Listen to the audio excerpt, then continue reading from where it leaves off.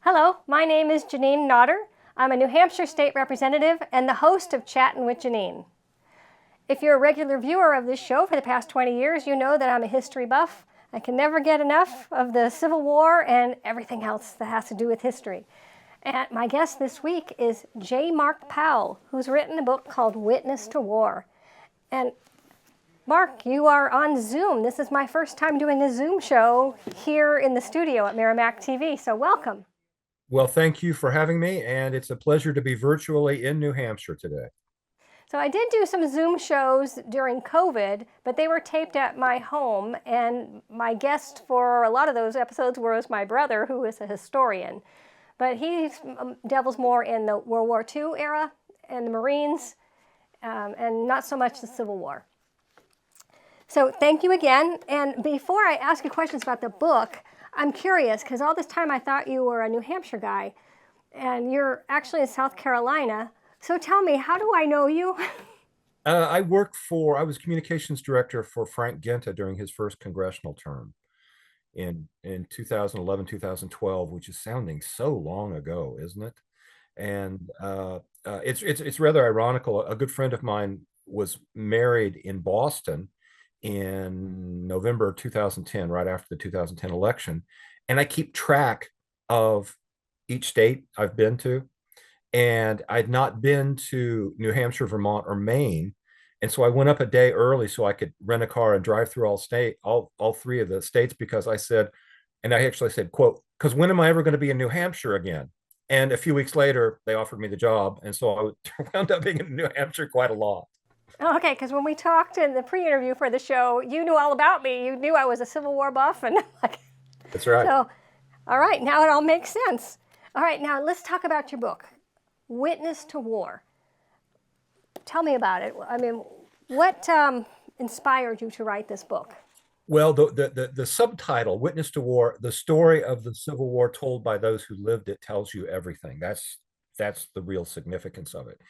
I am originally from Southwest Missouri, where I grew up. And one day when I was 1970, my father took my family on a day trip to Pea Ridge National Battlefield, a Civil War battlefield a few miles away, for a day trip.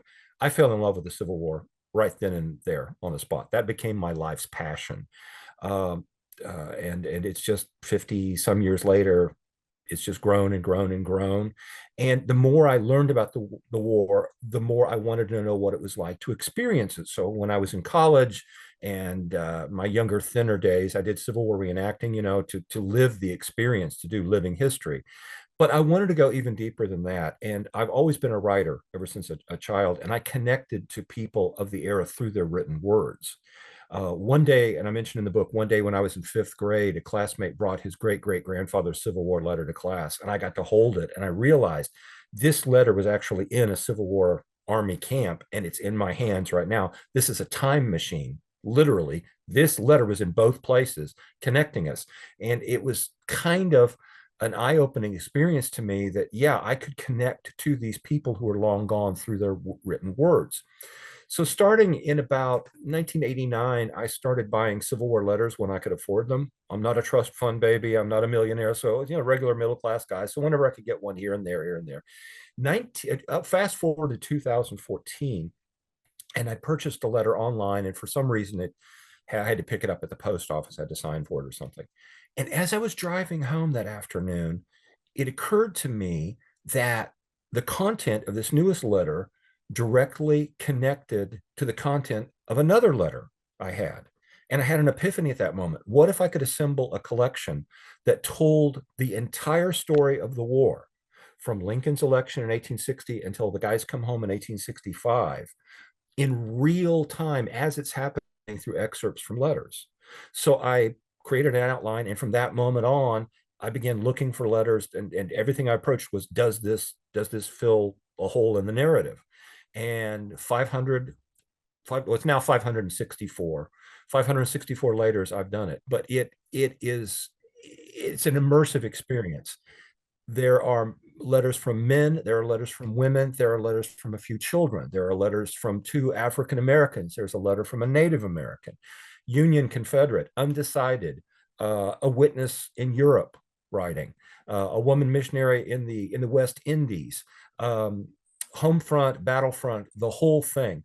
And I want to point out too, it's very important. One of the things that distinguishes Witness to War from other books is there are no excerpts from famous people, because we've seen their letters and their excerpts and their writing for many years. I wanted to know, what was it like for the average everyday man or woman who lived it. Also, all of these letters that are appearing, the excerpts appear in the book, are published here for the very first time. This is all brand new material that the public has never seen. That's one of the benefits of eBay and online retailers, because typically for years and years you had relics dealers. Well, they wanted to sell letters that drew commanding prices, from Robert E. Lee or Ulysses Grant or General Sherman or Stonewall Jackson or President Lincoln or Jefferson Davis or somebody like that. They didn't care about the very people I wanted to care about. But when eBay came along in online retailing, suddenly these letters that had sat untouched and unread for 75 years in Great Aunt Thelma's dresser drawer began seeing the light of day for the first time. So this is all brand new material. There are 432 different people quoted in this book. So as I say, it's 432 people, one amazing story. Were the letters hard to read? How was the handwriting? How was the grammar? Uh, Two interesting questions. It's good. The period, the type of handwriting, the penmanship they used at that time was called Spencerian handwriting, and it's an acquired skill learning it. It's a very formal, fancy, almost calligraphy type of cursive.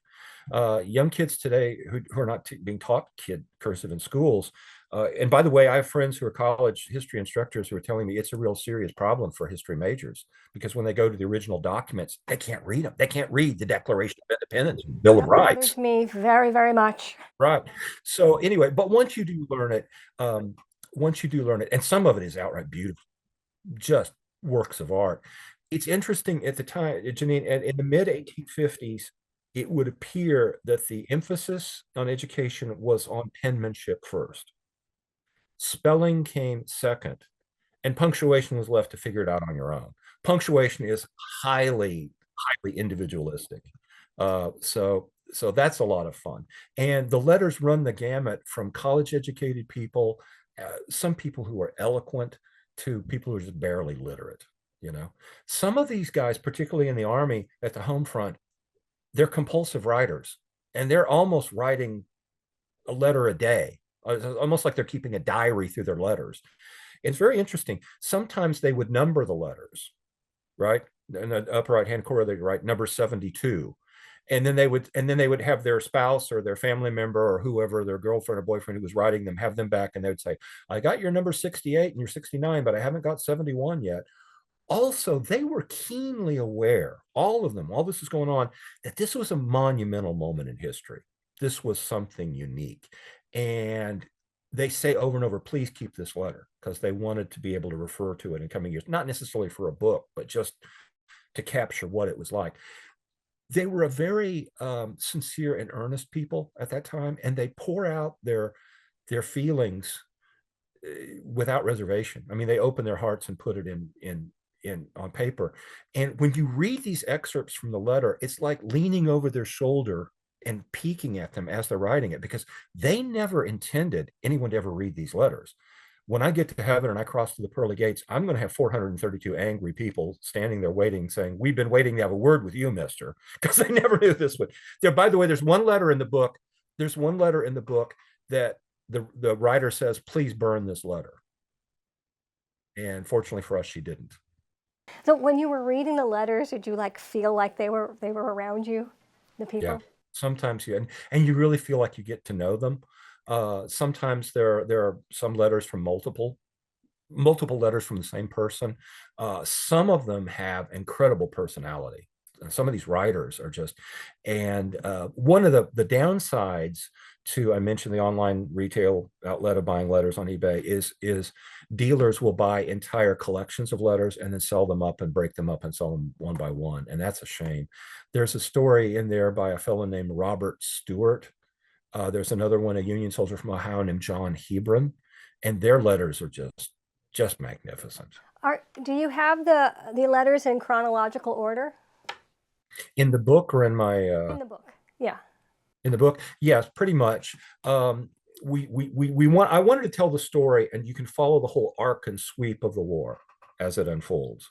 So yes, sometimes we have to, and we do keep them, like sometimes we'll talk about the Gettysburg campaign and we'll get that all squared away, and then we'll back up a few months to start with the Vicksburg campaign because they were going on simultaneously. And so if you did them in literally chronological A, B, C, D, you'd be jumping back and forth. But another thing I'd like to point out too, Jeanine, is this is a history book for people who don't like history books. If you hated history in school, I don't blame you. They suck and you as a history lover can understand this. In school, they suck all the life out of it. And it's just names and dates and dead people. Yeah. And it doesn't mean anything, right? But when you suddenly realize, hey, they're people just like you and me. They happen to come sooner. Their clothes and hair are a little different, but they pour their hearts out in these letter excerpts, and you'll see heroism, you'll see fear, you'll see confusion, you'll see hate, you'll see love, you'll see moments of laughter. You will read some disturbing things. The N word appears in their letters. I don't use that word. I do not condone it, but I also believe you can't go back and expunge and clean up history to satisfy history the way you wish it had been. Because when you do that, you lose the ability to learn from history. History provides milestones for how far we've come and how far we have yet to go. So, by the way, it's going to be very interesting. That word appears almost exclusively in the book. It appears exclusively, but I've read 20 to 25,000 original letters, and it's almost entirely the N word is in northern letters. You don't see it in southern letters at all. Really? So, yeah, there's a lot of things that you're going to discover, little everyday things. I never thought that. How long did it take you to read all the letters? Oh, I've been reading them since the war ended. Since the war ended. No, I've been reading them all my life, but really and truly, starting about 2010, Well, I've read so many books on the Civil War that I could write a book about all the books I've read on the Civil War. So Mary Chestnut's Diary was one that I really, really liked. And Jeff Shaw is one of my favorite authors, so he's written some books on Civil War and other parts of history as well. I'm hoping to get him on this show. I had him on my radio show several years ago, and now that we have Zoom, I can have him on here, I hope. He's quite a writer. And then his father, The Killer Angels, that won the Pulitzer Prize. It's one of my favorite novels. I read that one twice. Yeah, that was very good. There's that guy against the tree that was dying. Oh, boy, that stays with you. By the way, speaking of which, I just picked up a letter, and unfortunately it's too late for the book. But it was written after the Battle of Perryville, Kentucky in October 1862. And a Union soldier writes that a day or two later, and of course, when you have all these guys who die, when you've got hundreds, and in some cases like Gettysburg, thousands of dead bodies, and you have to manually dig graves by shovel, it takes a long time to bury them all. So they would be on the field. After Gettysburg. Oh. And the guy, this was a day or two later, and they were going through where fighting had been, and there was a man standing looking at a dead body of a young man beside him. And he said, my companion, the soldier he was walking with, asked the man, he noticed they look alike, and he said, are you related to him? And he goes, yeah, that's my brother. Imagine standing there looking at your own brother's body. These are the things that put you in the moment. So the two brothers, were they on the same side or opposite side? They were in that case, they were on the same side. They were on the same side. So yeah. I don't know if you saw my picture. So this is a Gorgeous. cross stitch that I made in 2004. So it took about 6 or 7 months to do this project. And I've done shows on Civil War before, and then this is my prop, so I like to bring it. An interesting thing. One of the things the book tries to convey, and I grew up in Missouri, which was what was called a border state. Yeah, okay. What part? What was the town? Missouri, the state of Missouri. I know. My father lived there. Oh, okay. I was born in St. Joseph and grew up in Joplin. Oh, I've been to Joplin with the big praying hands. That's Webb City. It's outside Joplin. I've been, yeah, many times, many times. But the point of it is if you're like I'm in South Carolina right now and you're in New Hampshire, right? Well, when you're on the two opposite extremes, 98% of the people in New Hampshire were for the Union, and 98% of the people, or 99 in South Carolina, were for the Confederacy. As you move towards the middle of the country, it gets more and more divisive until you get right in the middle, the three border states of Missouri, Kentucky, and Maryland, right? And there's a wonderful excerpt in there where a Union soldier is talking to a young woman in Lexington, Kentucky, and he asked her which side she's on. And she said, when the Union is here, I'm Union. When the rebels are here, I'm a rebel. And that conveys how you had to be in that ambivalent in that kind of a situation just to get by. Wow. What was the most challenging part of writing this book? Well, actually, I didn't write it. 432 people wrote it for me. Compiling the book. There were a couple of challenges. There were some very obscure moments, some obscure battles or little things that it was difficult to find a letter because I really wanted that. Um, uh, it was the strangest thing. One day, 2022, I was running some errands and I pulled up to an ATM to withdraw $20 or something. And the thought just popped. I wasn't even thinking about the collection. I wasn't thinking about the book I would be writing. Out of the blue, it came in my head. It said, "You really need a letter from a slave." And I thought, oh, yeah, right. Lots of luck finding it because those are museum pieces, right? And enslaved people by state law in most of the southern states and some of the northern states were not allowed to be taught to read and write. Okay. So there's just not a lot of body of material to get there, and they're highly desirable today. And about 3 or 4 weeks later, lo and behold, a letter came up on eBay from a slave. And uh, real quick, it's in the book. It's kind of an interesting story. There was a woman, a spinster, probably in her upper 50s, who lived in Maryland, and she was modestly wealthy, not rich, but like, let's say well-to-do.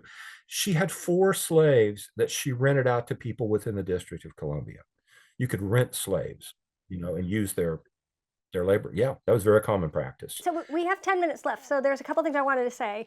One, I stayed up late last night watching a mini series on Abraham Lincoln. It was on the Daily Wire, but one of the narrators was Barack Obama. So I don't know if Daily Wire made the series or anything, but it was very interesting. It talked about Frederick Douglass being taught to read because his owner didn't know that she wasn't supposed to. So that was very interesting. Mm-hmm. And I wanted to ask you what the most uplifting part of the book was that you found reading all these letters. The genuine touching and sincerity.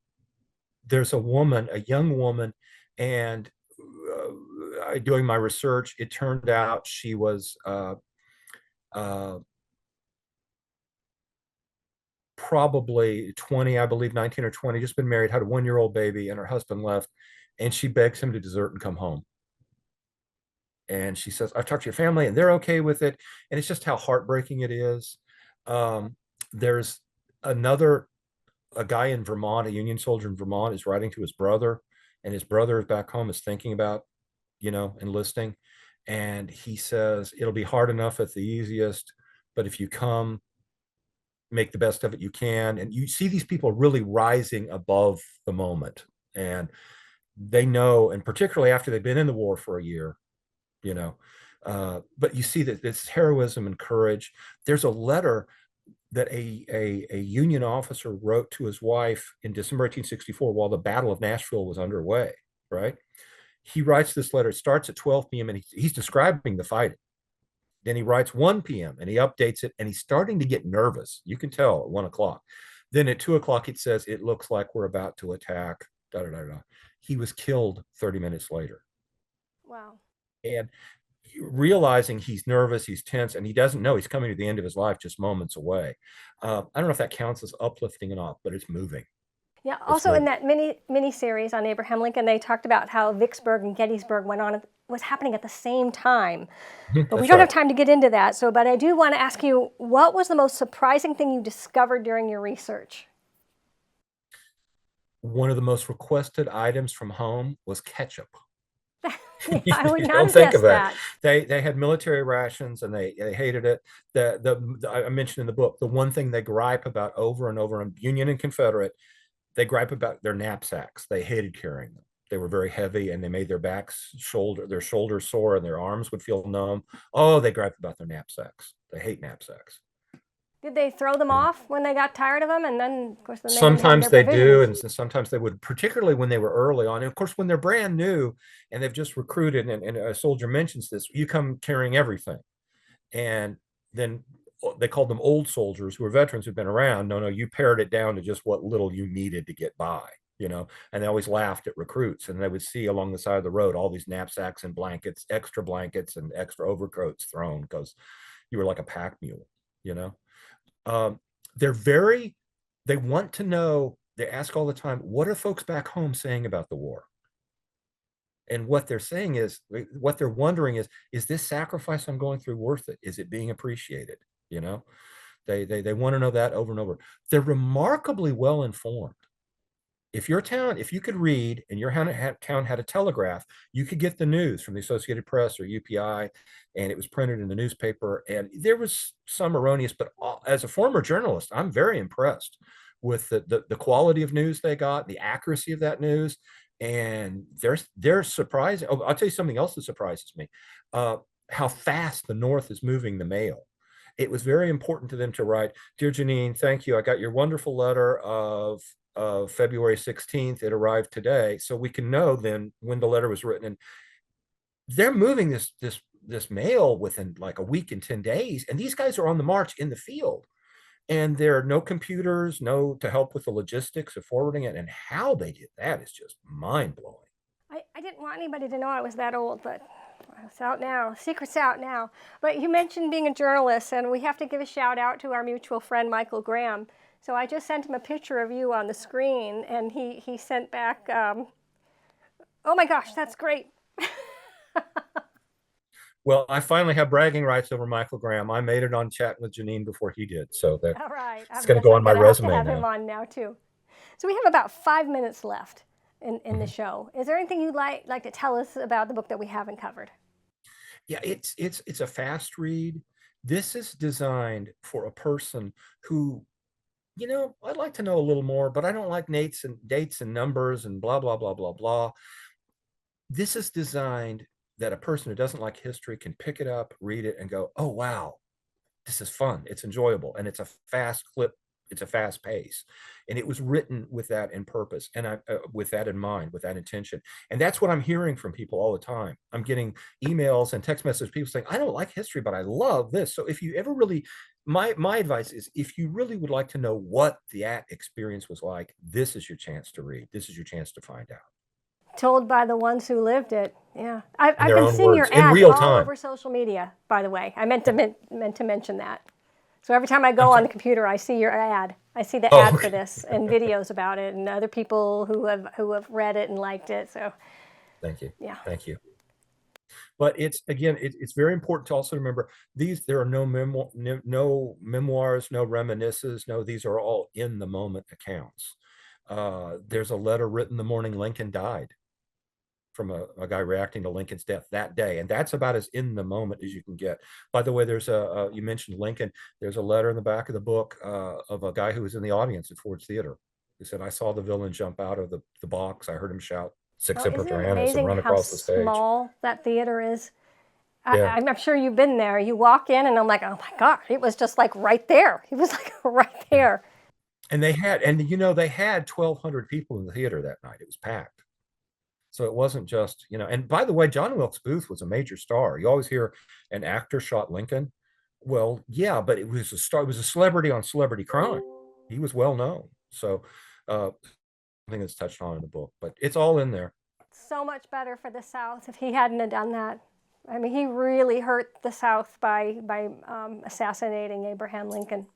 And when you read the reaction of Jefferson Davis and other Confederate officials when they get the news, they don't say these words, but it all has the tone of, oh my God, the only way things could get worse for us just happened. you I've know. always felt a connection to Abraham Lincoln, and I don't know why. There was this is probably the last thing I can say. We're almost out of time, but I was in D.C. I don't remember why, but I took the last flight out, and I had my eyes closed, and ready to go to sleep, and then I went, I'm going over the Capitol, and I just sat up and I said, Mr. President. I just blurted it out, Mr. President. I was thinking of Abraham Lincoln, but when I landed, I found out that George H. Bush had died that night, and I'm like, oh my gosh, did his soul just go by that plane? Because I just sat up and said Mr. President, but I was actually thinking of Abraham Lincoln. By the way, there's a hilarious, well, it's a funny description. Lincoln had toured a guy's camp, and he's writing a humorous description of Lincoln.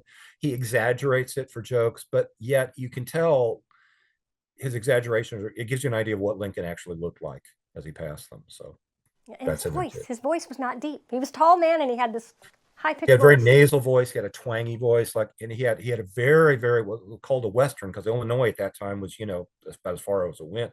So he had a very twangy Midwest word. Like when he would say Mr. Chairman, it would be Mr. Cheerman. It was not. You always see, like in Disney in the Hall of Presidents, that he has this deep bass voice, this sonorous, wonderful voice. No, I didn't at all. But he had such amazing intelligence that once he started, he knew how to really reach in and grab people's minds. And so when they started listening to him, they forgot they were listening to what he was saying and not how he sounded. Yeah. Moments with Mr. Lincoln on Main Street, USA at Disneyland in California. There's a mechanical Lincoln that stands up. But at Lincoln Ford's Theater, whoever the guide was, he changed his voice, and I went, I caught that. You changed your voice and made a high pitch when you were being Lincoln. He goes, not too many people catch that. You must know your history. I said, I do. And we're out of time, Mark, but thank you so much for zooming in with me and chatting with Jeanine. The pleasure was mine entirely. I've been wanting to be on this show for years, and now I can die a fulfilled, happy man. So, but thank you. It was a pleasure. Thank you. Happy reading to you, happy reading to our viewers, and thank you for watching.